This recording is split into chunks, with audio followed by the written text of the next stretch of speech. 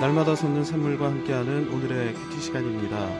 4월 28일 목요일 오늘의 말씀은 시편 147편 1절로 20절까지 말씀입니다. 제 148편. 할렐루야! 하늘에서 여호와를 찬양하며 높은 데서 그를 찬양할지어다. 그의 모든 천사여 찬양하며 모든 군대여 그를 찬양할지어다. 해와 달아 그를 찬양하며 밝은 별들아 다 그를 찬양할지어다. 하늘의 하늘도 그를 찬양하며 하늘 위에 있는 물들도 그를 찬양할지어다. 그것들이 여호와의 이름을 찬양하면 그가 명령하심으로 지음을 받았음이로다. 그가 또 그것들을 영원히 세우시고 패하지 못할 명령을 정하셨도다. 너희 용들과 바다여 땅에서 여호와를 찬양하라.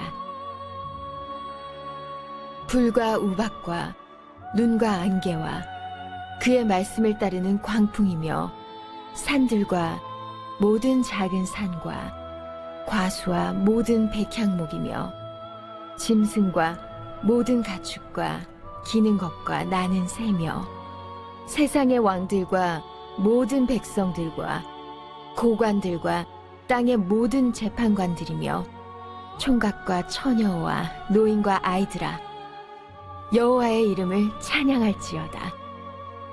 그의 이름이 홀로 높으시며 그의 영광이 땅과 하늘 위에 뛰어나심이로다. 그가 그의 백성의 뿔을 높이셨으니 그는 모든 성도 곧 그를 가까이 하는 백성 이스라엘 자손의 찬양받을 이시로다. 할렐루야. 시편 147편의 시인은 할렐루야 이렇게 선포하면서 시를 시작합니다. 할렐루야, 여호와를 찬양하라.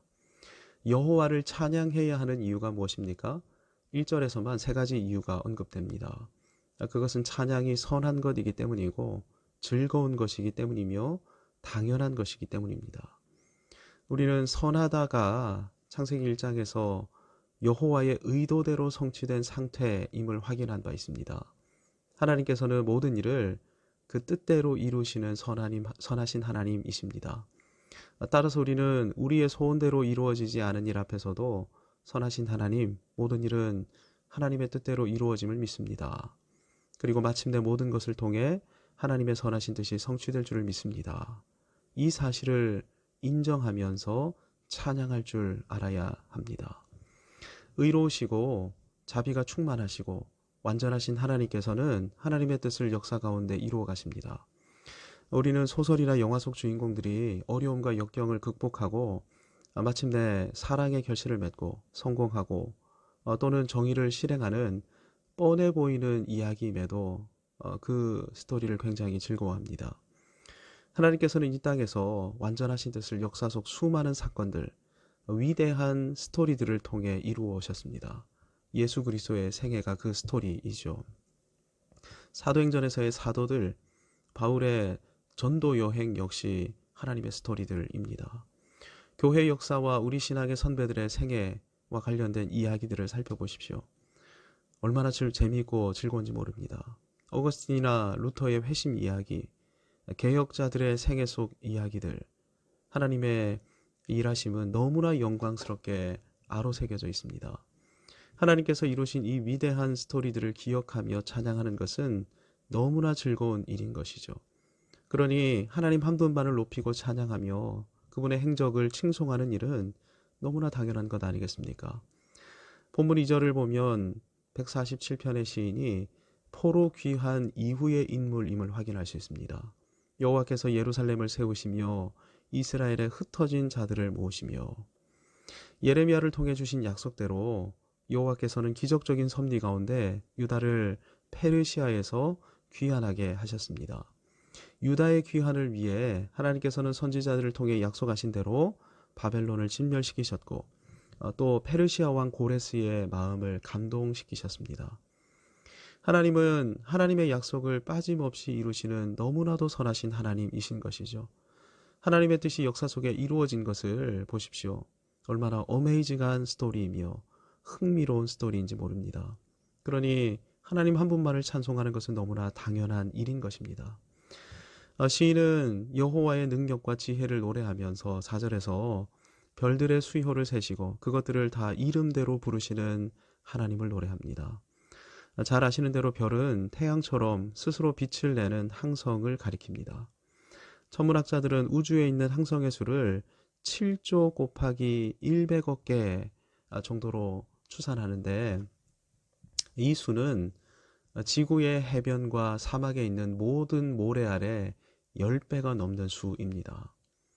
그러니까 별의 수는 셀 수도 없이 많은 것입니다.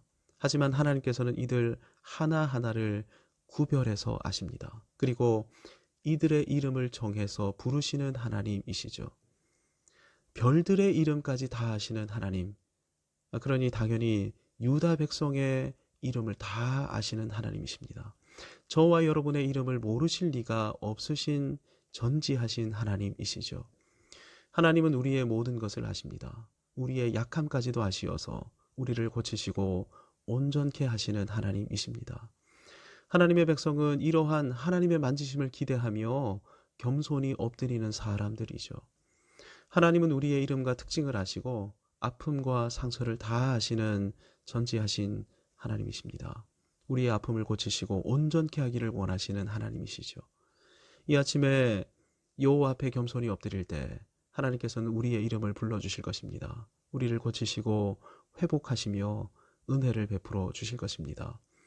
하나님께서 우리 인생 가운데 어떠한 회복의 스토리를 써내려 가실지 기대하면서 즐기시기 바랍니다.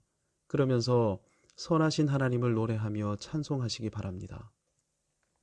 시인은 7절에서 감사함으로 여호와를 노래할 것을 선포합니다. 감사의 이유가 무엇입니까? 8절과 9절에서 시인은 이렇게 그 이유를 열거합니다. 구름으로 하늘을 덮으시어 비를 내리시며 그 비를 통해 풀들이 자라도록 하시기에 감사해야 한다는 것입니다. 하나님께서는 이른 비와 늦은 비를 내리시어 가장 적당하게 우리의 필요를 채우시는 분이시죠. 그러니 감사해야 하는 것입니다. 심지어는 들짐승, 까마귀 새끼에게도 먹을 것을 공급하시는 분이십니다. 주님은 마태복음 6장에서 본문을 다음과 같이 인용하셨습니다. 공중의 새를 보라, 심지도 않고 거두지도 않고 창고에 모아 들이지도 아니하되 너희 하늘 아버지께서 기르시나니 들의 백합화가 어떻게 자라는가 생각하여 보라.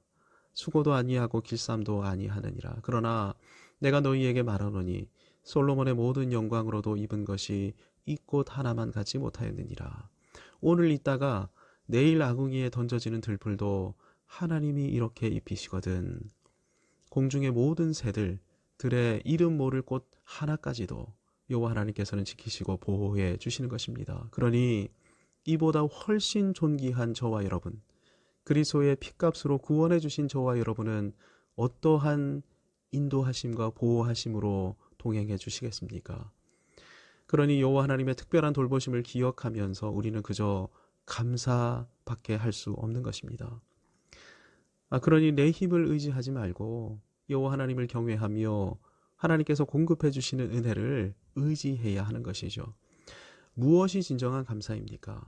하나님의 공급하심 앞에 엎드려 감사하며 모든 필요를 아뢰는 것.